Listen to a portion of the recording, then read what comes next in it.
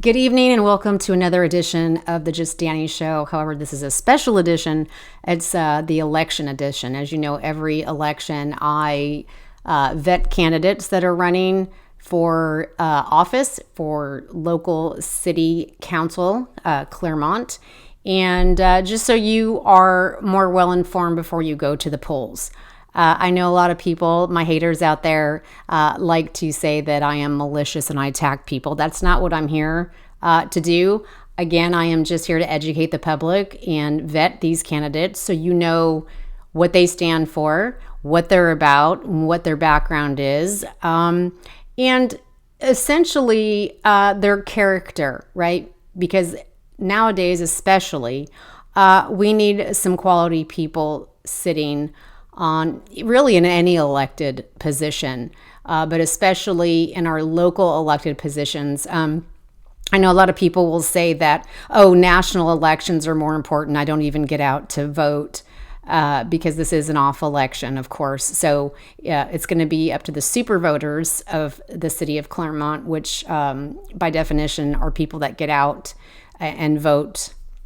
Doesn't matter what the election, off election, presidential election, they get out and they vote for every election. So unless you're a super voter, you probably won't want to go to the polls, I suppose. But I would encourage you to anyway, even if you don't usually go on to the polls on off elections, because, and I've said this for many years, your local elections are, I know this is going to be a little weird, but like obviously presidential elections are super important, right? But on a local level, your city council, and I don't care what city or state you live in, your city council elections are highly important. And why do I say this? And why have I been saying this? It's because anything that they do affects you immediately. Immediately, you feel the effects of your local council members and what they vote on. And for so many years, you know, and I was guilty of this too, years and years and years ago before I even came to Clermont, not knowing when it got to the point on the ballot of your city council members who I was even voting for. I would usually just be like, oh, I don't know. And because it's nonpartisan, it's not, you know, they don't run based on their political affiliation. So it's nonpartisan, so you don't even know what party they belong to, right? So I would vote way back in the day. I don't know, this guy's name sounds cute, or, you know, just stupid things because I wasn't, you know, I didn't know anything about the local races because I, like probably most people back then, only cared about, you know, governor races, presidential, stuff like that. But again, I want to encourage you, if you're not the type that goes out and votes on off elections for just city council elections, I would highly encourage you to change your mind on that now and then moving forward. Because again, any votes that they do up there on the dais affect you immediately. You know, and I always use the hilarious example of, you know, they could decide if a strip club's going to go in your backyard. Am I right? So funny analogy, but it's true. I mean, you know, a presidential election isn't going to get you a strip club in your backyard in about, you know, 2 years or less, right? But a city council decision would, right? So with that being said, tonight I wanted to go over, and this is just going to be an introduction because I know people have a very short attention span. So I didn't want to drag this out any longer than I had to. So I'm just going to give it to you piecemeal, if you will. So tonight I'm just going to give you a little bit of an introduction about who the candidate is running for City Council Clermont Seat 2. We already know who the incumbent is, and that is Tod Howard. He has proven himself repeatedly has lowered the taxes. He's for the parking, getting a parking garage.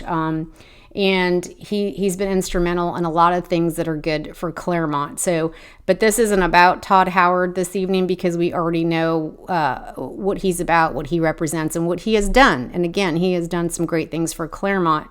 I personally would like to see him stay in, but that is just my opinion. I'm here to educate you on any opposition to him. And this election, we only have one, which is his name is Bryan with a Y, L Bain, Bain, and he is running against Tod in November for seat 2. Now, who is Bryan Bain? And real quick, I probably should preface this, again, haters, cuckoo for Cocoa Puff lefties. I want to preface this, that what I'm going to share this evening as an introduction as to who he is has nothing, do you hear me? Absolutely nothing about his sexual preference. That does not matter to me at all. Okay? I don't care who you sleep with. I don't care who you're attracted to. I don't care who you're married to. Okay? That is not the point of this introduction, and what I'm about to tell you has nothing to do with it. Nothing. Again, I vet the candidates based on their character. What is their character? Not just their platforms and what they stand on, but what about their character? I think so many people forget about the character of the candidate, right? Well, he stands for this or she stands for that, and she's going to vote for this and she's going to vote for that. But is she? Let's look at their character, because so many people set that aside and they don't make that a priority first. What is their character? Because what they do in private is going to spill out, if you will, onto the dais and into the city and their decisions that they're making. Now, you can agree with me or you can disagree with me. I don't care. But character is super important when you are representing a city, a state, the United States. It's about character.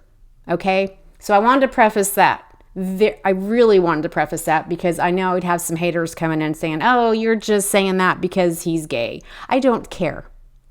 Don't care. Haven't cared since I was old enough to see it and care. Okay? It's none of my business who you're attracted to. Okay? You could be attracted to llamas. That's your business. Okay? Don't care. I'm looking at your character. So I'm glad I got that out of the way before I forgot. And the Cuckoo for Cocoa Puffs people tried to come at me and try to, like I said the other night in my other podcast, racist, bigot. So I'm just preempting that character assassination of my own. So, all right, so let's begin. So Bryan L. Bain, he came to us, to Clermont from Wisconsin, specifically Osh Kosh. And when I first heard Osh Kosh, I immediately thought of the overalls I used to wear as a kid, the jean overalls. Osh Kosh Bagosh. But anyways, a little ditty there for you, little Dannyism. And I'm looking at my screen over here if you wonder why I'm looking over here. So he hailed here from Wisconsin, Osh Kosh, and previously, and I didn't know this for the longest time, because obviously he is a sitting planning and zoning volunteer. And he is the chairman for the planning and zoning board. Again, it's not an elected position, it's a volunteer position. So he's been at that for a good bit. So that being said, I didn't really know much about him other than I knew his politics just by the way he has spoken in the past, and just knew he was. But anyway, so I had no idea until I started to delve into him back in February, because I knew he was running. We all knew it. So I like to start early on my vetting because I'm a very busy person, and so I usually like to start early. And so when I did, that's when I found out, of course, he was from Osh Kosh, Wisconsin, but more importantly, he used to be a city council member there. A lot of you probably did not know that. He was very young. I think he was like maybe 30 to 32 when he was a sitting council member. He for the city of Osh Kosh, and he served 2 terms. And then we'll get into all of what he did while he was on the city council there. Again, it's going to be piecemealed. We'll do another edition of this next week. But I'll start with a little bit tonight on what he did. But anyway, so he hailed here from Wisconsin. And if you go to his campaign page, it says Meet Bryan Bain. So the first paragraph in his Meet Bryan Bain talks about him and his husband and where they live, the general vicinity of where they live, and that they had visited here together nearly 10 years ago. And I want you to tuck that in the forefront of your mind as I just read this first paragraph, and then we're going to get back to the nearly 10 years because it's going to play an integral role into the other portion of what I'm going to speak about. So the beginning of this says, Bryan lives near downtown Clermont after moving here 6 years ago with his husband, Tim. His name is Timothy Speck. I'm not sure how to pronounce that. I tend to bastardize names, and I don't apologize for it because that's just who I am as a person as far as trying to enunciate people's last names. But it's S as in Sam, Pecht. Spet. I'm gathering the CH is silent, but what do I know? Anyways, his husband Tim, though they first visited Clermont nearly 10 years ago. They own a home near Mineola, but also lived for several years off of Hartwood Marsh Road. Bryan is a licensed real estate agent at Wheatley Realty Group, located in historic downtown Clermont. Bryan serves on the Clermont Planning and Zoning Commission and is currently the chairperson. I've already told you that. Prior to that, he served on the Code Enforcement Board. Forgot about that. Second paragraph is where he talks about how he was born and raised in a small town in Indiana, where he learned the values of faith, family, and hard work. Put the values of family in the forefront of your mind as well, because again, that's going to be another cog in the wheel of the other thing I have to go over. Talks about he has 3 sisters, 1 stepbrother, 4 sisters-in-laws, and 3 brothers-in-law. The first in his immediate family to attend college.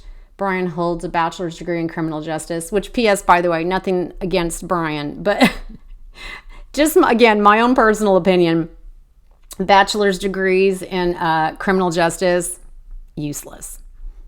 Just my opinion. You get a degree in criminal justice, and it's useless. Criminal justice and criminology, again, useless degree. Nothing against him. And a master's degree in student affairs administration and higher education, both from Ball State University. So basically, he took that master's of student affairs administration, and that's what he applied in his life in general with some of the jobs that he's held. Then he talks about after graduating, that's when he moved to Wisconsin to start what turned out to be a 20-year career in higher education. See, there they go. He utilized that in his actual real life, working life, was that latter degree there. He held various administrative positions at University of Wisconsin campuses in Osh Kosh, Madison, and Sheboygan. Sheboygan is where I'm assuming, based on the totality of the evidence that I have, where he met his now husband, because his husband lived in Sheboygan. Anyways, as well as a small private institution, he also taught as an adjunct instructor in the professional counseling department of UW Osh Kosh. While living in Osh Kosh, Bryan was twice elected to the city council, serving 4 years, including 1 year as deputy mayor, which I already told you that. Then he's starts talking about himself. I don't want to bore you with all that. Even more about, his accolades and all that stuff and just how awesome he is. So that was 1, 2, 3, 4. We're 4 paragraphs in now. By the 5th paragraph, he starts talking about what he's done here locally. And then the 6th paragraph, again, I look at things differently because of what I do. When I investigative journalists, we investigate, right? We look at all things, whether it's something criminal, whether it's something civil, whatever it is. It's always a matter of public concern with me what I'm investigating, but you have to look at things a little differently than the average Joe, okay? So just bear with me here. So the 6th paragraph, personally, comma, Bryan is the proud father of 1 son and uncle to 27 nieces and nephews. He also serves on the board of directors for a national nonprofit. His mission is to provide financial and employment support services to Social Security beneficiaries and their families. Bryan believes strongly in serving the greater good, is committed to contributing positively to the community, and firmly believes in the golden rule: treat others how he would want to be treated. He is a political and news junkie, fan of pretty much all sports, loves coffee and sweets, enjoys being on the water, and is a lifelong parrot head. Okay, so again, I'm going to go back to where I said, like, I see things differently than other people. If you're waiting until the 6th paragraph and it's just a blurb to mention that you have a son, to me, if you agree with me or not, to me, what does that say about him as a person, much less a dad? You wait to the 6th paragraph. It tells me that everything that he's talked about in his Meet Bryan Bain is prioritized. Yes? I mean, you can agree with that, right? The first thing you're going to start talking about when you meet somebody and he's meeting you and he's talking about he's got this whole narrative about Meet Bryan Bain. He starts off with his first priority. And what is his first priority? Again, this is all my observable behavior based on his writing. First thing that's important to him is to tell you where he lives and who he's married to, and how they first visited nearly 10 years ago. That's his first priority. His husband, and that they visited here nearly 10 years ago, and then he goes into what he does for a living. And it isn't until the 6th paragraph, and I'm going to say it again, that he even mentions he has a son and he's a father. And then it's just a blurb. Doesn't say, hey, proud father. Proud, can you tell us why? And at least elaborate. If you're so proud, why didn't your child go in the first paragraph? Matter of fact, back in February, and I haven't looked again, and I'm probably going to, and he might have changed it since then just because he's running for office, but his little biography for Wheatley Realty doesn't even state that he has a child. He never stated it. The About Me bio on the Wheatley Realty doesn't even mention he has a son. Doesn't mention he's a dad. Just saying. And then you go all through his social media, and I could only find one picture of his son. Him with his son and his husband eating out somewhere, outside deck or something. And then I believe that was on his Instagram. It wasn't even on his Facebook page. His son is nowhere to be found. And I'm talking before he got involved in politics here, because I went way back. Now, when I go way, way, way back, there's some of his son when he was little. Good-looking young man, by the way. So good job, Bryan. And I believe his ex-wife's name is Amanda. So good job on that. He's a very handsome young man. Congratulations. But he doesn't mention him. He doesn't put him out there. That to me speaks volumes about him as a person. And then we're going to go back in here and say, oh, I learned family values. Did you? I don't know. I question that. Again, you could be telling me, oh, you're grasping at straws here. Some of you might not care. You're like, look, I don't care, Dani. I just care if he lowers taxes. And then we'll get to that too. I don't care about his family life. But again, when I vet people, I vet them in totality, from their character to their voting habits to their platform. I cover it all. And those that have followed my page long enough know that I do this. It's not to attack, again, to repeat myself. It's not malicious. It's not to attack. It is to establish their character. And to me, if we started paying attention to the character in conjunction with their platforms, we'd probably be much better off in politics, and the candidates, or the council members that we have had sitting up on the dais over the years. Just going to say that. All right, so that bothered me right off the bat. So now I'm going to switch over to the other issue that I have. Again, I told you to keep in the forefront of your mind. Tim and I visited here nearly 10 years ago. Keep that in the forefront of your mind.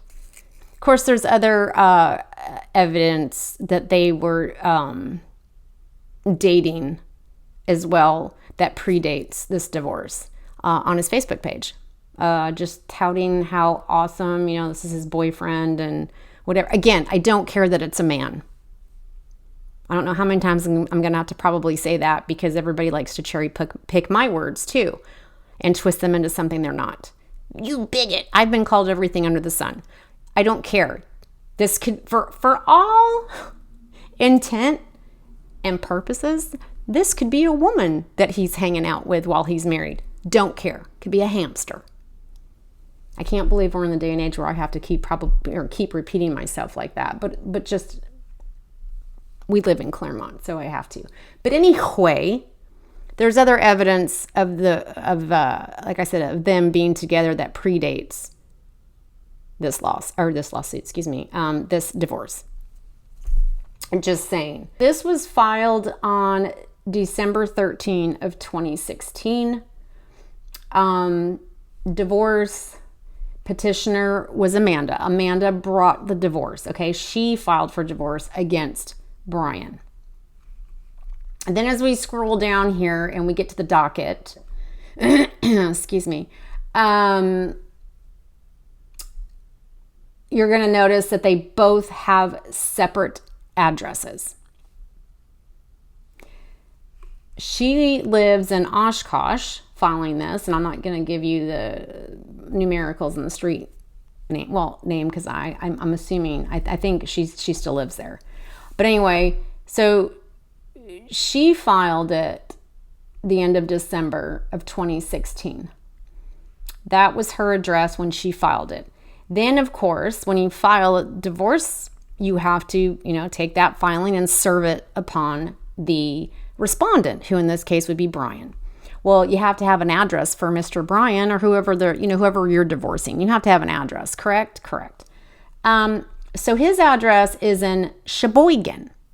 Who lives in Sheboygan? Who's always lived in Sheboygan is not always, because his spouse now hails from Chicago, and we'll get to that in another episode of the election episodes. But anyway, and I believe his now husband moved to Sheboygan for my investigation starting in I'm showing his residence for him as of 2016. So it appears, since she filed this the end of December 2016, and the first address that I saw pop up establishing residency in Sheboygan for Mr. Timothy was 2016. Now, that doesn't mean anything. He could have been living somewhere else and been in Sheboygan prior to 2016 for a little bit. But as far as what evidence I have, I'm showing that he was in Sheboygan. He pops up in Sheboygan in 2016. This divorce is filed the end of 2016. But now Bryan has the address of Sheboygan.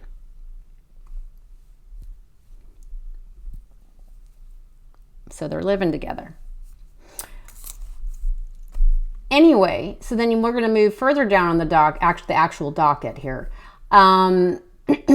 So, and this went on for a year. So when you pull this up, and it's quite sad because there's a child involved at this point, right? He's much younger back in 2016, obviously, than he is now. It's been almost 10 years ago. So, it's quite sad because as you read this, it's like she is in a divorce by herself because Mr. Bain never even responds to her divorce. Who does that? Who does that? Again, this is character. Millions of people have gotten divorced. I've been divorced more than once. I have no shame in saying that I've been divorced, okay? It's not the divorced part, people. It's the character behind of how he handled the divorce. He never responded to her complaint.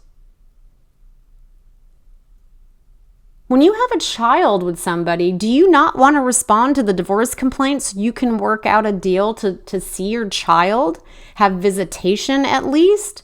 Does that not interest you? Or does running off with another man, again, don't care that it was a man, could have been a girl. Running off with another man is more important. And again, I am surmising this from the dates, the timestamps, okay? The address, and his postings on Facebook, and the times, and him even saying, Tim and I visited Clermont nearly 10 years ago. Nearly 10 years ago isn't quite 10 years ago. It's 2025. So for easy math, let's just say 10 years. That would still have made it 2015. 2015, he and Timothy came to Clermont to visit. She didn't file this divorce until the end of 2017. So I'm surmising from the totality of the evidence in which I have before me that it would point to the fact that he ran off with Timothy while he was still married to Amanda and shared a child. And he was just too busy to respond to her? You were married to this woman for, I think it was maybe 10 years or something. You share a child together and you can't even respect her enough to respond to the complaint. You can't be a father and care to respond so you can get visitation rights. It just blows my mind. Again, some of you might just be like, I don't even care. And good for you. Good for you. That's your opinion. But again, I also vet character of candidates. And to me, this shows crappy character. Hands down. And if you don't believe me, I'll go ahead and put it up. Nowhere on this docket do you find any response from Bryan Bain, nor do you see anybody putting in a notice of appearance as his attorney on this docket. She's literally in this divorce by herself. It's like she's playing one-man chess because he just doesn't respond. There was, and again, because it's a divorce, generally they won't put, you could probably FOIA the tangible records on this, but as far as online, they're not going to publicly put up the actual filings to read. So on the same day she filed, 12/13 of 2016, there was an affidavit / declaration for temporary order. I don't know what that entailed. I don't know a lot about divorce law, especially in Wisconsin. I know nothing about divorce law. So I don't know what that would have been. A temporary order for what? For him not to see the child, for him not to see her. I'm not going to sit here and, pull something out of my butt and say, oh, that's obviously what it was for. I don't know. All I know is there was some declaration for temporary order that was filed the same day she filed for the divorce. Then there was some confidential petition addendum. Again, this is all her attorney doing this. It's like they're playing ball, with one arm, basically here. Then there was some letters and some correspondence, submitting admission of service. And then there was an admission of service on January 11th, 2017. I'm gathering that meant admission of service as in he got served with the complaint. I'm assuming that's what that is, that they did, in fact, there was some admission of service, that he was served. Then January 27th, there was some more letters and correspondence, submitting 4 sets of a stipulated temporary order routed to FCC. Family, probably circuit court or something, that means FCC. But I don't know what this temporary order consisted of. Then in February 2nd of 2017, another stipulated order, 4 sets submitted. Again, 3 sets returned. I don't know what that entailed. I don't know if they were returned because they couldn't serve him. It was undeliverable, or it was returned that they received them and returned, that they signed it or something, or that Bryan signed it. I don't know. It doesn't say anything about, it doesn't say Bryan's name anywhere on the legitimate here docket itself, which is where all the filings. Doesn't say his name anywhere. May 10th, 2017, there was a letter requesting to reschedule the May 15th, 2017 status. Don't know what that was about. Again, I can't see any of these. It's just the titles. May 12th, notice of hearing. Additional text on this notice of hearing. Default divorce. On September 25th of 2017, scheduled at 11 a.m. Okay, so she filed for divorce in December of 2016, December 13. You can tell everything I've read, they've been trying to get a hold of him, these temporary orders, that 3 got sent back, and no response. None. So then by May 12th, her attorney schedules a hearing, notice of hearing, for September 25th, 2017, 11 a.m. Titling the notice for hearing for a default divorce. That is what he was scheduling, or she, I don't know if it was a female or not, her attorney. But anyway, doesn't matter. But on May 12th, they filed a notice of hearing for a default divorce. Now, what's a default divorce? I'm sure many of you know what default means and what divorce means. So basically, if you file for divorce against your husband or your wife and they do not respond, just ghost you the entire time after, and it might be different in Wisconsin, but different states might have some different rules as far as the the time limit, but essentially it's usually 30 days. If they don't respond in 30 days, and again, it could be different here in Florida. I just remember 30 days from a different state. So if it could be 30 days, it could be, 90 days. I don't know what the law is in Wisconsin for if they don't respond by a certain date, but there's always a certain date if they don't respond by. You automatically get a divorce by default. Again, so that's what a default divorce is. If the other responding party doesn't answer, just ghost you, you automatically get the divorce granted to you, and whatever you asked for in the complaint. The judge is like, Dominus Ominous, you win. He never answered, so you get your divorce and whatever the hell else you were asking for in your complaint. You get it because it's by default because he never answered. And then September 19, 2017, marital settlement agreement was filed. Again, I don't know what that was about. It's not online. You'd have to do a FOIA request to actually get tangible records on that. So I don't know. It was obviously all her doing. Anything and everything that she wanted, she got. So, but there was a marital settlement agreement entered. And then September 25th, there was a financial disclosure. by the petitioner. So this kind of tells me just Ray Charles could see these combined with each other. The settlement agreement in conjunction with the financial disclosure is probably regarding child support in some capacity. She has to prove what she makes a year to prove, so they can figure out how much she is to be paid. So they figure out, the petitioner's financial disclosures and what they make, as well as the defendants, the respondent. Of course, we'll see here. Let me scroll up and see if he even puts. They get that in there. So financial disclosure for her on September 25th, and then the same day, the judge grants to the petitioner the divorce by default.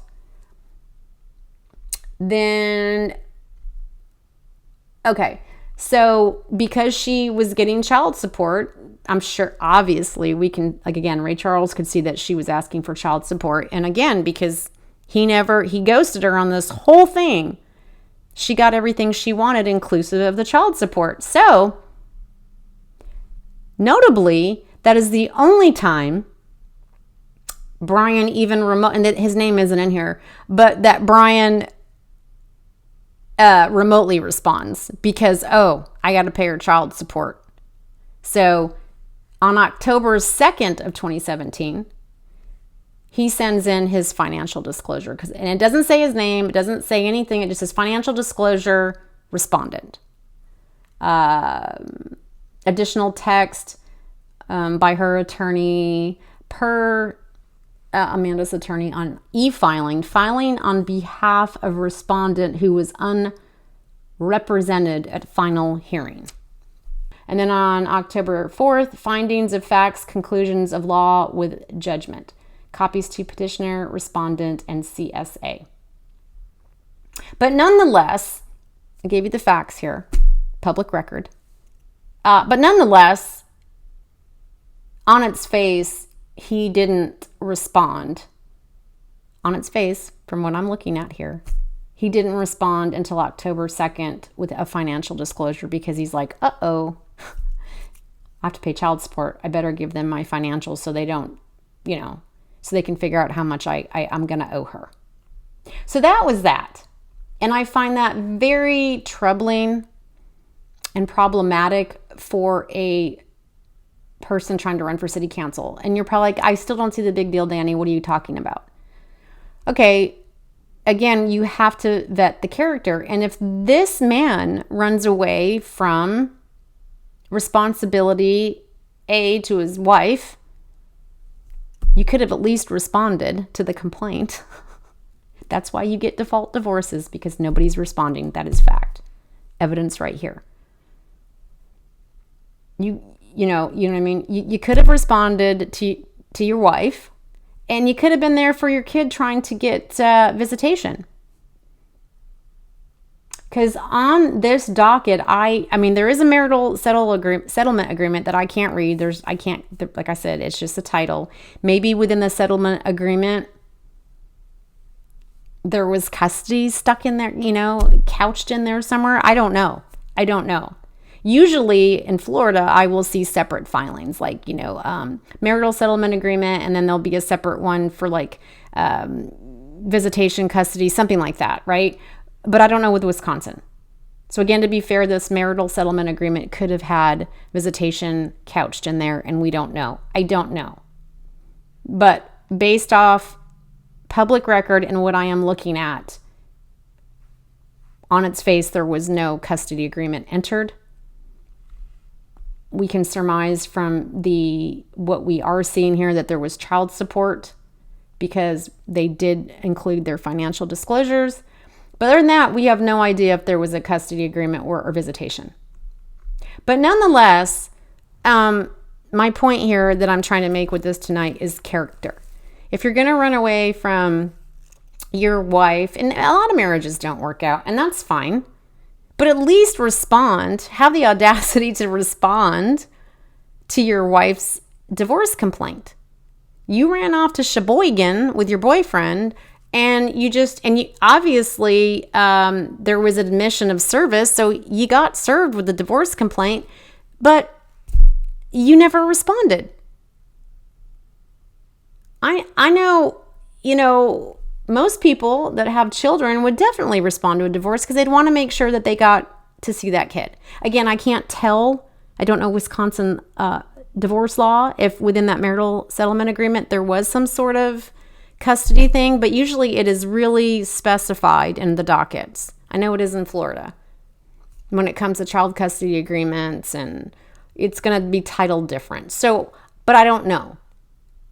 But the fact that there was no pictures of him, for a very long time.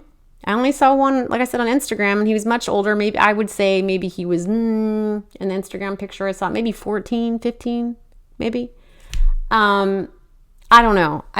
That I have a problem with that. And then he's an afterthought on Meet Bryan Bain when I'm running for office. He's an afterthought in the 6th paragraph, and it's a blurb.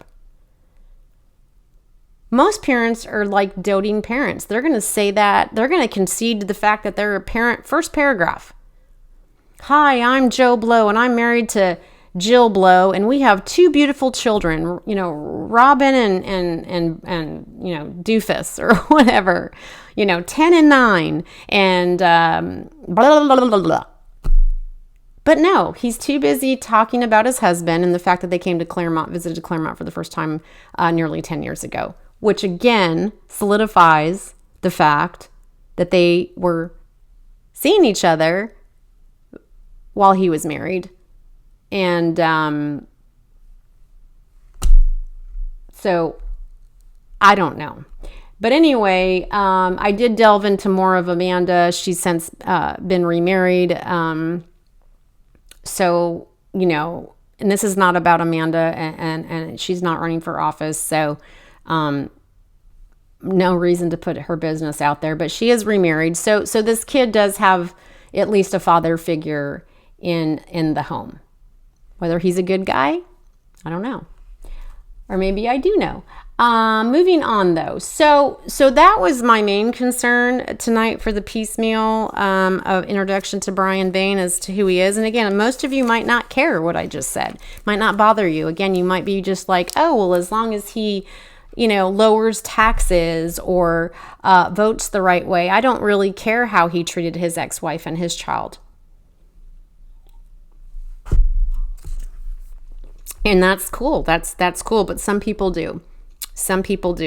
So, and then there's another little ditty that I wanted to tell you. And then again, we'll save the rest for an episode next week. So I don't keep you too long. I got to scroll up here on my notes on my phone. So, again, he was a city council member in Osh Kosh, Wisconsin. He was sat there for 2 terms. Interestingly, and very hilarious. I've got it on a video too of him talking about it himself as well. But interestingly and laughably, because he gave the new council members that got voted in this past November 2024 election, he gave them so much just grief over the fact that they fired Bryan Bultice. Too many Bryans in Clermont. That they fired Bryan Bultice, who was the city manager. He was here for 2 years, and he was just appalled that the city council would do such a thing. You're going to fire this city manager for blah, blah, blah, blah, blah, and just gave them so much slack over it, right? Well, ironically and laughably, when Mr. Bryan Bain got elected the first term, he voted to fire their city manager. Little hypocritical. And that's public record. That's city council Osh Kosh public record. But what I am looking for to tell you, where are my notes? Oh, 2 more things, but I'm gonna cover this first. So Okay. Remember how I prefaced this with the incumbent, Tod Howard? He lowered your taxes, and he's always going to lower your taxes. Always. So Bryan Bain, when he sat on the city council, again, 2 terms in Osh Kosh, raised taxes. Every budget, he raised taxes. So he adopted the 2007 city budget on November 28, 2006. He also adopted 2006 tax rates and levy the same night, which would have been November 28, 2006. And I'll put all these records up because I always bring receipts.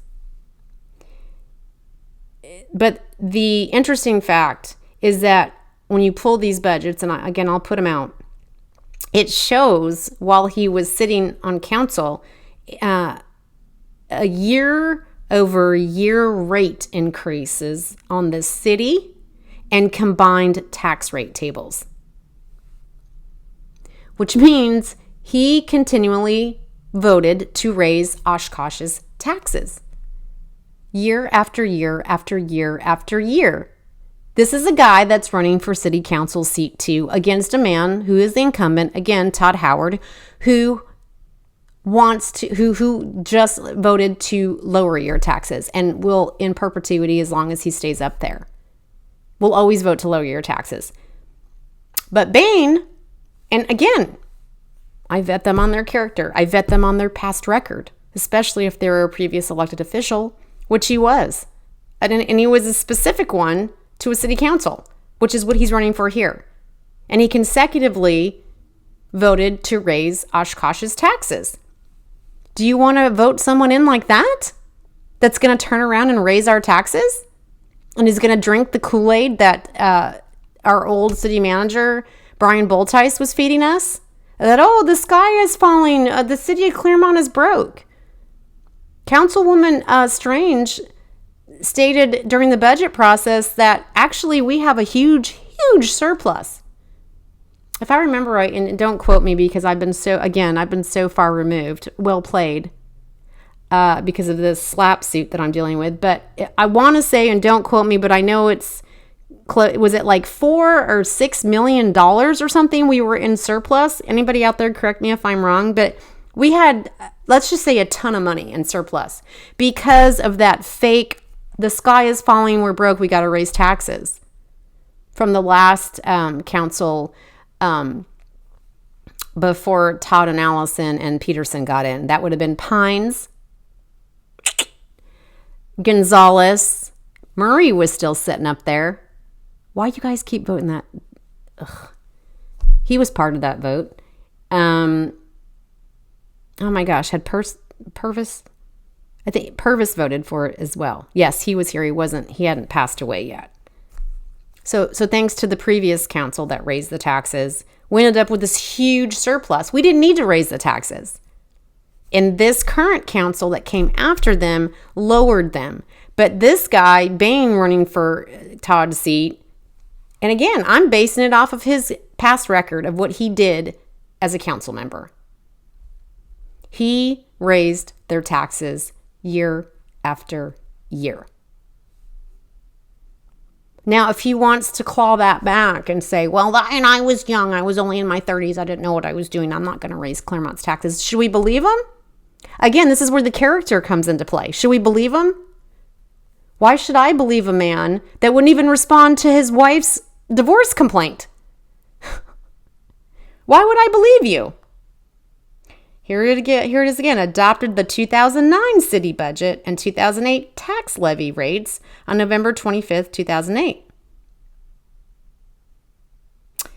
And the rate table showed that the city, Osh Kosh, city tax rate rising from 7.98 to 8.22 per 1,000. And the overall net tax rate rising 0.298 per 1,000. So he was constantly constantly raising Osh Kosh's taxes. I don't think I can trust them not to do that here. Can you? Especially when he spoke back when the Let's Raise Taxes for No Reason the Sky is Falling Council, that he was for raising the taxes, even back then. So what's he going to spew this election? What's he going to spew with his campaign now? I'm looking to lower taxes. You spoke for it. Was that back in like 2022? He spoke for it back then. And then he spoke for it his entire 2 terms at Osh Kosh. He raised taxes. No, thank you. And then with the Bain stuff, I'm going to close with this. And there's more stuff that will come out next week, by the way. Again, I wanted to piecemeal it to you. And lastly, again, this probably won't concern people like Murray and his wife, who was going to speak against Charlie Kirk's Memorial Highway there at Lake County Board of County Commissioners meeting last week or earlier this week, and all the other disgusting people that had nothing but disgusting things to say about that young man. But I digress. Just to show you the people that are pushing him, people that are for him. And again, you can't really control who puts a sign in your yard, right? You can't really control that, right? But I'm looking at it from like the people that support you, what are they like?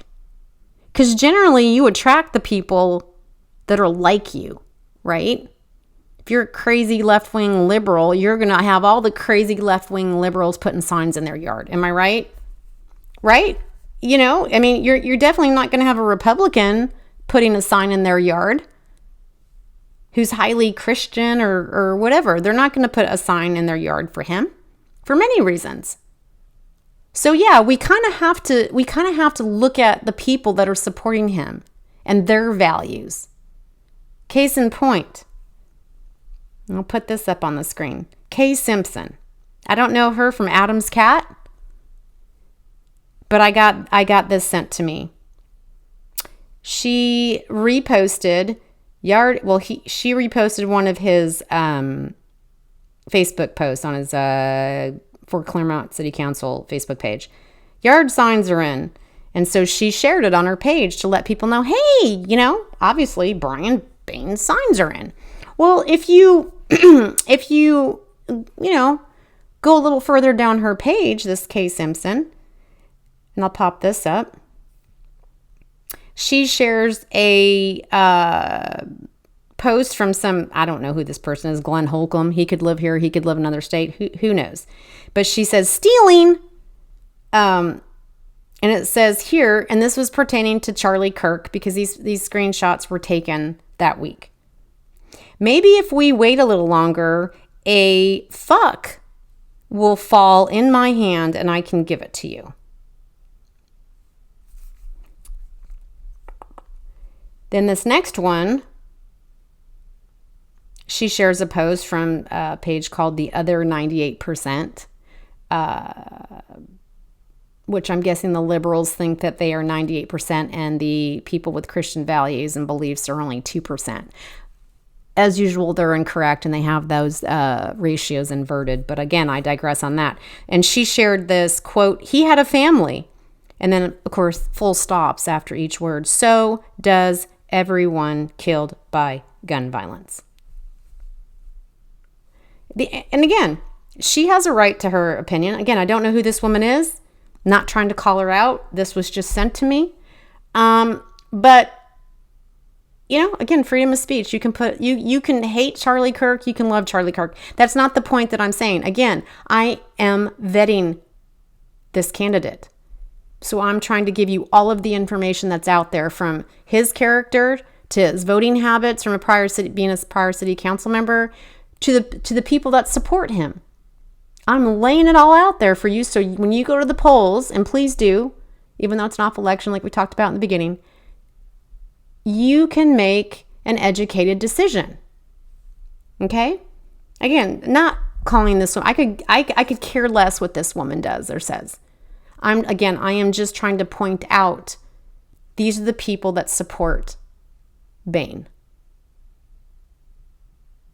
And I think that speaks volumes about who Bain is. Right? And then was it on here? It might have been on his Facebook page.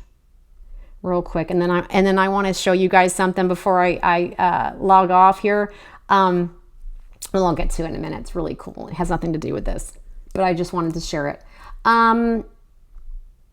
This is real important on his website. Why I'm running.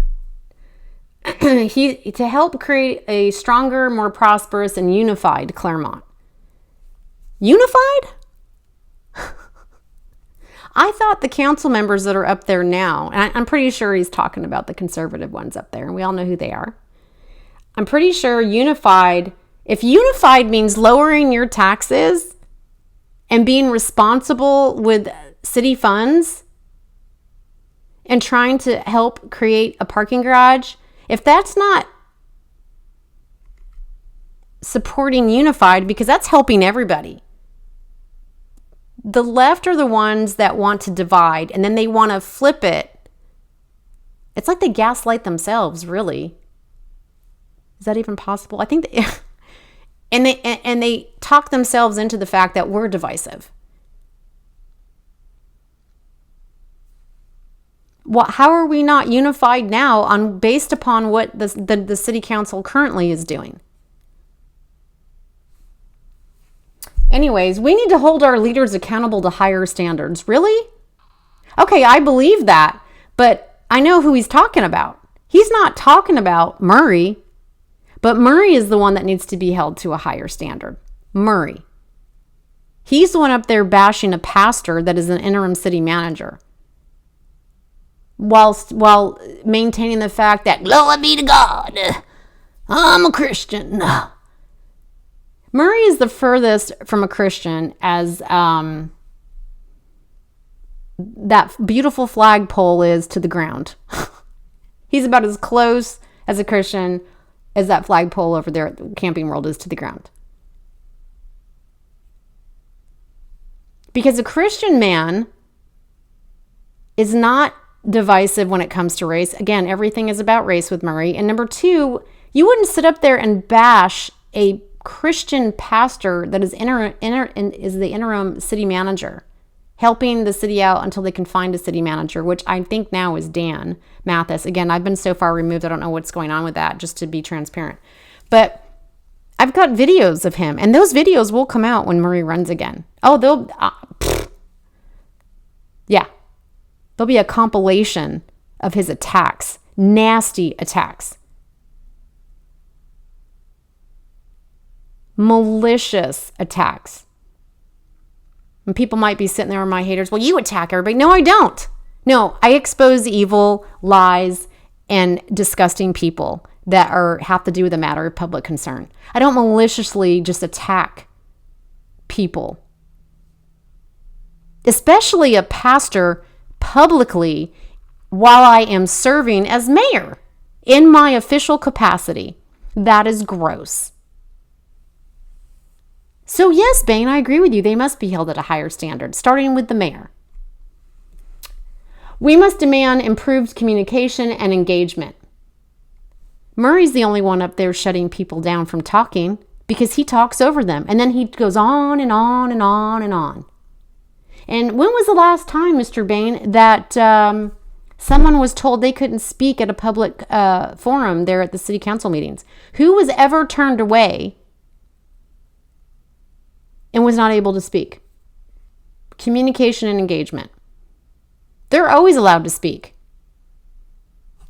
I don't know what he's talking about. Enhance transparency and accessibility.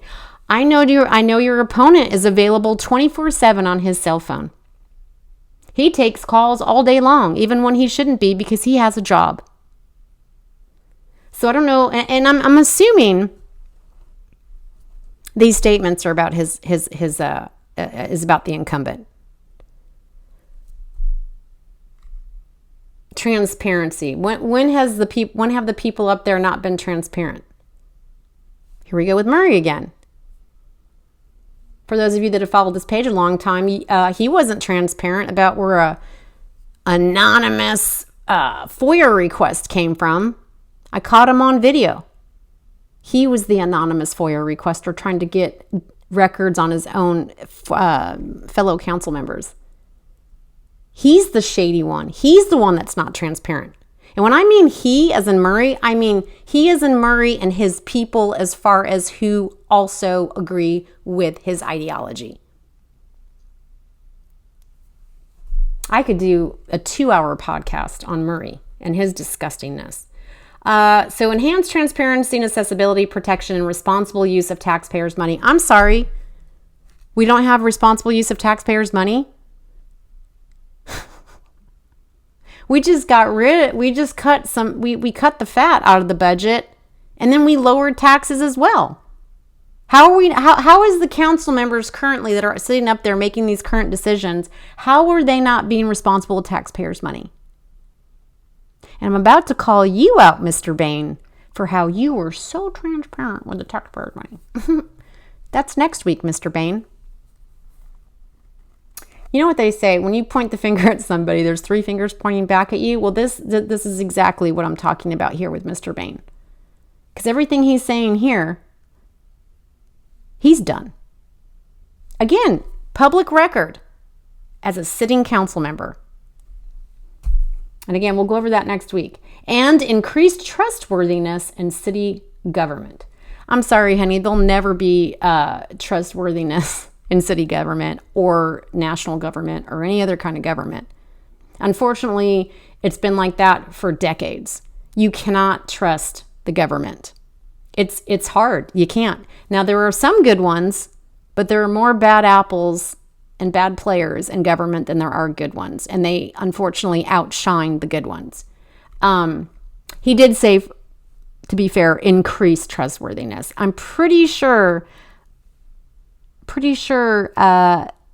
Councilwoman Strange increased the trustworthiness because, and also, I'm going to check off the transparency box.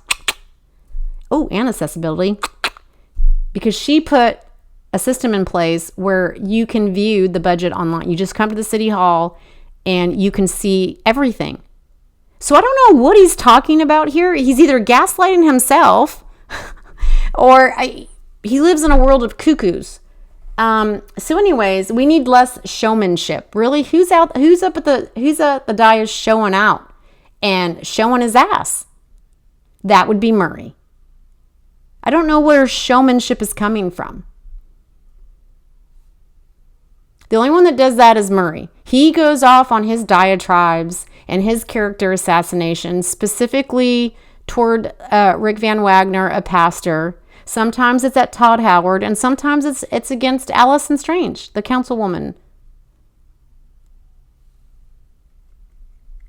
I'm so tired of people accusing other people of exactly what they do. Clermont, we can be better. Any city can be better. But nothing is perfect, and neither are you, Mr. Bain. So here's where it gets to the typical. And when I say typical, you're going to know what I mean. Whether you live in Wellness Way, Lincoln Park, Heritage Hills, Highland Ranch, historic downtown, along the water, or near one of our major roadways, I will be a council member for everyone. That's italicized too, by the way, who calls Clermont home. Looking at that statement, especially since he put Lincoln Park in there, looking at that statement obviously is a reference to apparently the current council members, or again, probably just speaking to Tod Howard, his opponent. This is inferring that we treat people differently based on race. Fight me. Sorry, not sorry. Fight me. Race and how much money we make, I guess. I'm lost for a word right now, but how much money we make and what color we are. I guarantee you that's what that means. Whether poor or rich, black or white. Why don't you put some ageism in there? super old and crippled or a toddler in diaper. I mean, like I said, typical. My experience, background, and familiarity with the issues has uniquely prepared me to be an effective council member. But this isn't about me. It's about you and your opportunities. It's about success and well-being, and the success and well-being of Clermont. We will work together to prioritize. And I'm not going to go through all of his other BS. But again, here's another typical statement, and then I want to show you what I got delivered today by FedEx. The last one, supporting expanded opportunities. Here's the italicized word again. For all who call Clermont home. Again, another inference that we're biased here. Either because of race, poor or rich, whatever. And probably this, I'll just throw in illegals. Maybe he's making an inference there, like even if you're, for people who are illegally here. And there are illegals in Clermont. They're everywhere. There was just too many let in by Biden. They had to go somewhere. Guarantee you we have some here. So to me, and you can read it for yourself, it's on his website, supporting expanded opportunities for all who call Clermont home. That screams to me that the current council, we're just so racist here. We're such bigots. We look down on you if you don't make enough money. That's what that infers. And if you can't, again, my favorite saying, Ray Charles could see that. But who am I? I don't know about you, but I'm tired of the same old, same old. So am I. But here you are, Mr. Bain. Here you are. And what's the same old, Mr. Bain? Exactly what I just said, y'all. Exactly what I just said prior to that. Another inference. I'm sick of the same old, racist, bigots. I guarantee you, he's saying it without saying it. Doesn't take a rocket scientist to realize that's what he's saying. I don't know about you, but I'm tired of the same old. It's not just about yes or no, for or against, right or wrong, this side or that side. It's about Clermont. And what's in the best interest for the people who live here, pay taxes here, and love this city. We're not seeing this right now, and it doesn't have to be this way. We're not? How are we not? Every negative connotation in here, he doesn't explain as to why he feels like that. You can't just spew out this stuff and not explain your stance. If you're just going to say random words like this and random statements, Mr. Bain, you need to explain yourself. So I guess I'm asking you, maybe you'll put this on your Facebook page. You'll put the answers down. I don't know. Because I know you don't like me, because 3 years ago you were talking some nasties about me. Anyway, so I don't plan on speaking with you anytime soon, but maybe you could put some of the answers to my questions on your Facebook page. Why do you feel like we're not seeing this right now? Is it in your head and the other cuckoo for Cocoa Puffs people? Like they just automatically think an average white chick or dude is racist and a bigot and all this and that and this and that? Anyway, so more about what he's done as a council member, what he did as a council member in Osh Kosh next week. So hang on, I am going to go get, and I hope it can fit in here without being like, I ordered something 2 weeks ago from an artist, and I have again, I'm going to try to not bastardize his name, McNaughton. Naughton, McNaughton Fine Art. I saw this on I think it was on Facebook or something. He's an artist, painter. And because of what I do, it's highly important to me. Put my mic back here. It's highly important to me to have free speech. Okay? Highly important for me to have free speech. So, I gravitated toward this painting immediately. I'm just going to show it to you, and it's beautiful. And I got it framed, and I got it signed by the artist, and he only painted 200. and you can feel it. It's not like AI or anything. It's like it's on canvas. They stretched it, and I had them frame it and ship it to me. He signed it, and he only painted 200. Had only 200 of these made, which I'm sure he didn't paint 200 over and over again. That's not what. There was some sort of like high detail replication, of course. Just before you say anything about that, I understand he didn't paint 200 separate. But it's the replication of the one that he did paint and the others that he replicated.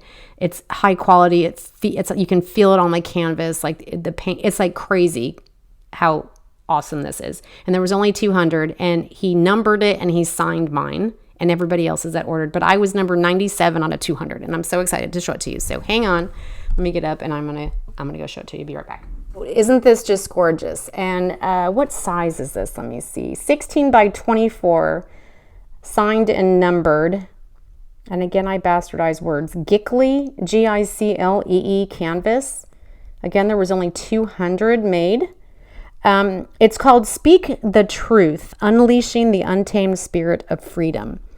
And I'm going to put down my mic and I'm going to show you where it's signed. You see the gold down here at the bottom?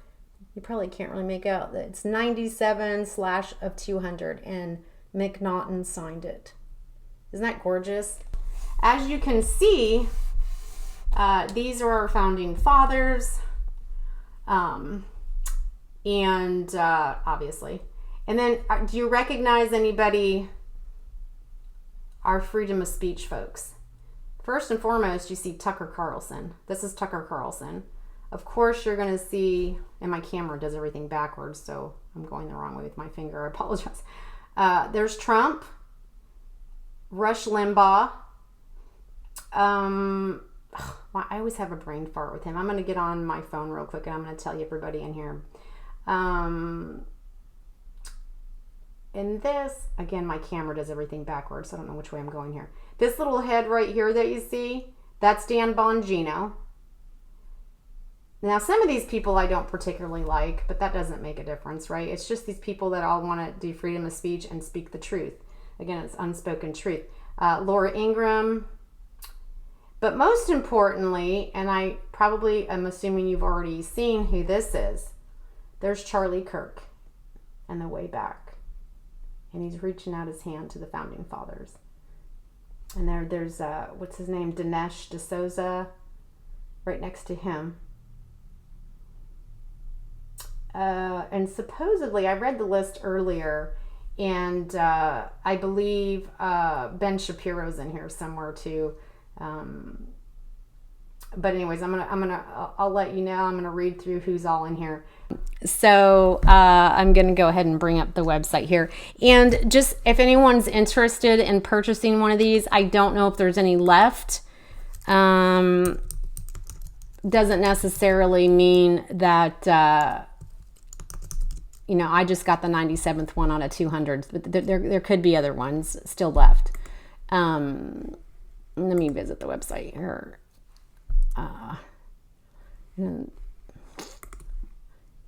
I think this would be great, in anybody's office or whatever.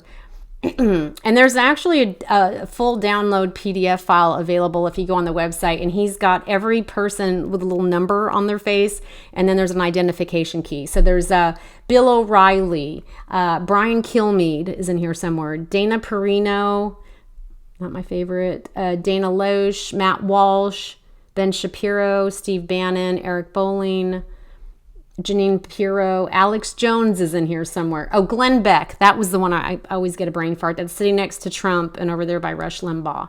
Elon Musk is in here somewhere. I didn't see him. I'm going to have to really stare at this. And then, of course, the founding fathers, Alexander Hamilton, Thomas Jefferson, George Washington. Tom Fitton is in here. I haven't seen him around in a while. And I was also wondering if he painted this after... which I don't think he could have done it that quickly, after the assassination of Charlie Kirk, because when he explains who each one of these people are, he's talking in the present tense. So that was my first question, was did he paint this like super quick? And it's not digital by any stretch. You can tell it's actual, like, painted.